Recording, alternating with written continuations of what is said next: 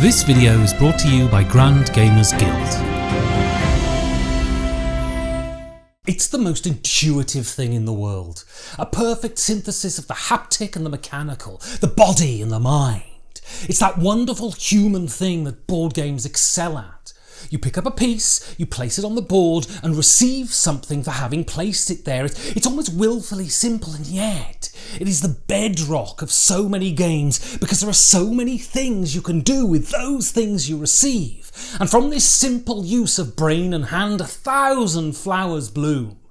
This is why worker placement is so popular, because it makes so much sense. I remember my eyes widening when I first discovered this wonderful mechanism. The game itself has been obscured by the thick fog of time and age, but I remember having the concept explained to me and nodding my head because I'd just discovered a very obvious but previously obscured fact about the world. Worker placement is one of those beautiful compounds of board games, fashioned out of elementary particles, cards and dice and tokens, into an alloy that is hardy and can take almost any manipulation. It is one of the gods in the pantheon of board game mechanisms. This is why I'm talking about it today. Before I get on to the games though, I want to take a brief detour to talk about something that is connected but also wholly independent. It is the unofficial symbol of gaming, something that is iconic in its simplicity, something that represents all of us, and that is of course the meeple. When Alison Hansel combined the words my and people, she gave name to the soul of our hobby. Look at its shape. This abstract representation of a person is perfectly designed. It implies so much with so little. It has evolved in the intervening 20-odd years, but remove the screen printing and the Gothic confections and it stands there, magnificent in its humbleness, the quintessence of gaming, humble and grand. The meeple is beautiful and something we can all stand behind, and until some bellend 6 months into university ruins it, of course. Alright, enough of my rambling, let's get to the worker placement games that you positively have to have in your collection.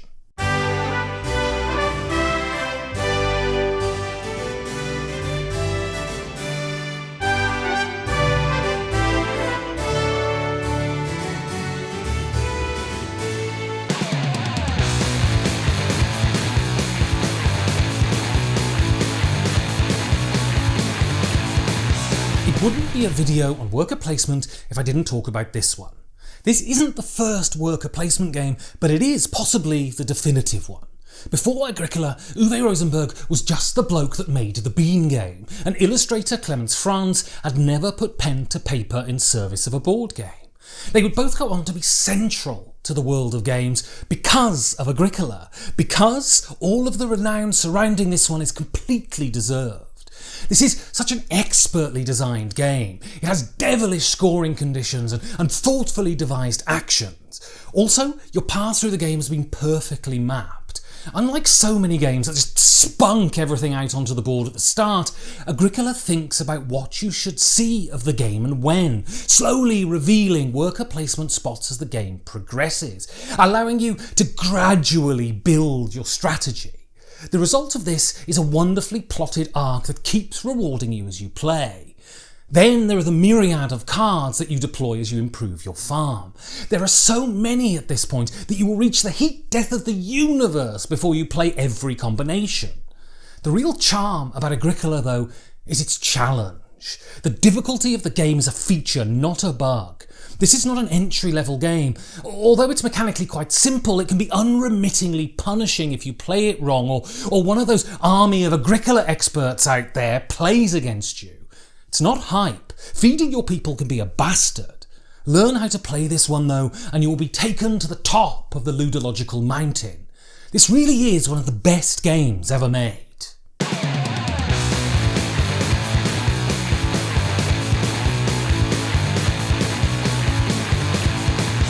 This is a game from slap bang in the middle of the Golden Age by a classic Golden Age designer Matthias Kramer. Worker placement is very simple. You place a worker on a space, then receive what that space yields, or in older games you wait for everyone to place their workers, then you get what's coming to you. This is the way Lancaster works. There is a placement phase and a resolution phase. This is all incredibly normal.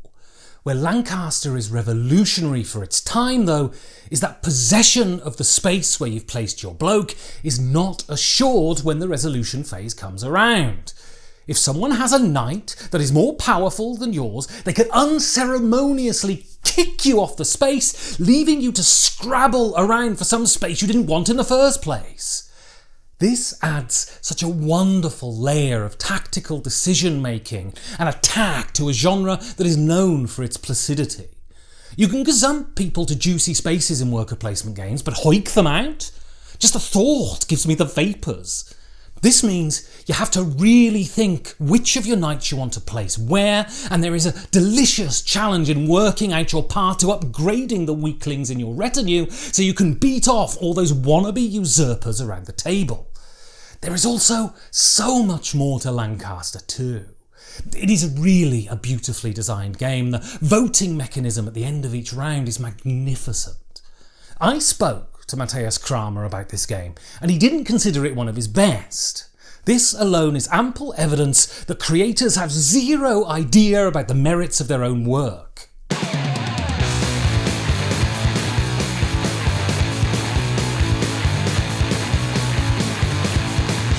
Woof, this game is clever. Also, it's the perfect synthesis of components and mechanisms. This game caused waves when it first came out because of those cogs. I mean, look at them. Adorning the board with real clockwork components was so audacious. The reason Tzolk'in remains such a well-regarded game is that the componentry has a genuine impact on the play of the game, unlike some other games I could mention. The central idea of time as a currency to be spent is brilliant here. You place a worker at the beginning of the track, and as the game progresses they advance around the wheel and mature and become more powerful. This makes Tzolk'in a supremely strategic game. This gets the brain going with all the planning you have to do. Also, there are tactics too. You might have to pluck that worker that you desperately wanted to stay on the wheel just a little bit longer off early to fulfill the needs of that moment. These moments will arrive too, because this game is incredibly tight economically, and every ear of corn has to be judiciously spent. This was one of the earliest designs from Daniele Tascini and Simone Luciani, and it remains one of their best. I want to talk about this video's sponsor, Grand Gamers Guild. They publish wonderful games, but I want to talk about one of their most thoughtful and relevant ones, Endangered. In Endangered, you're environmental campaigners trying to save the habitats of endangered species and convince the UN to implement policies to ensure their ongoing survival. Endangered is a wonderfully designed and meticulously thought out cooperative game that deals with a very present danger. If you like a challenge, Endangered provides it, and if you want a game that deals with the real world in a sensitive and thoughtful way, well, it does that too. You can get Endangered by going to grandgamersguild.com, and I want to thank them for sponsoring this video. Now, let's get back to it.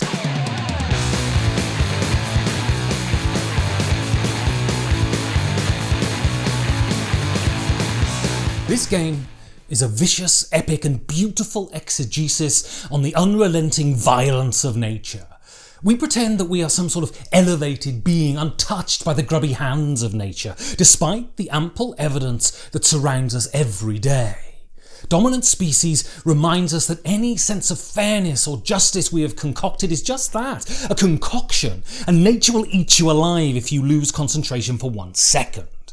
This is a war game, using the nascent Earth as its battlefield, and it does it brilliantly. Dominant Species is one of those games that uses worker placement to further its ludological ends. You choose worker placement spots that will facilitate your violence on the board.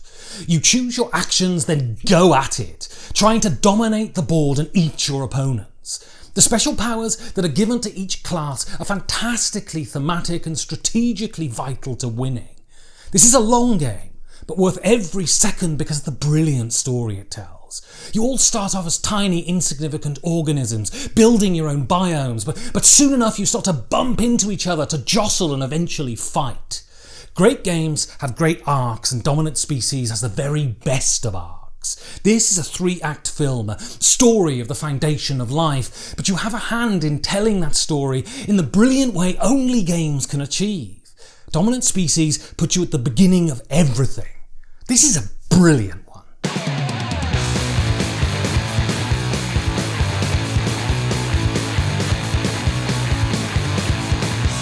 Alright, declarations out of the way first. I did the voice on the app for this one, so I might be a bit biased, but I think this game might be one of the greatest pieces of auteur design to have come out in the last few years. What TC Petty does brilliantly in this one is to allow a fairly simple set of mechanisms to work as the foundation of a wildly complex story structure. The fact that the game is simple is no black mark against it either. This is a brilliantly tightly designed worker placement game, and the addition of a great goal to work towards gives you a path through the narrative. The different functions of the workers are great and give you a challenge in deploying your resources. The real attraction to this one though is the journey it takes you on, both narratively and mechanistically. There are fantastic mechanical surprises sprinkled through a play of this one, and some hilarious roadblocks to try and overcome. TC knows his tropes, and the story is deliciously gothic and plunges you into its world entirely. This could have been a folly, but it's a tour de force, a modern classic.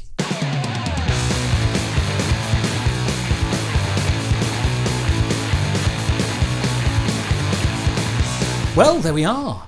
Let me know what you think of the most indispensable worker placement games below, and if you're feeling cheeky, you could place your mouse cursor over the subscribe button and sub to the channel. I've got a Discord which is brilliant, and if you want to be like these wonderful people, you can help these videos get made by backing the Patreon.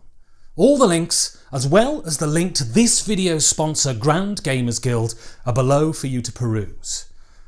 So, I still don't have a catchphrase yet, so see you later?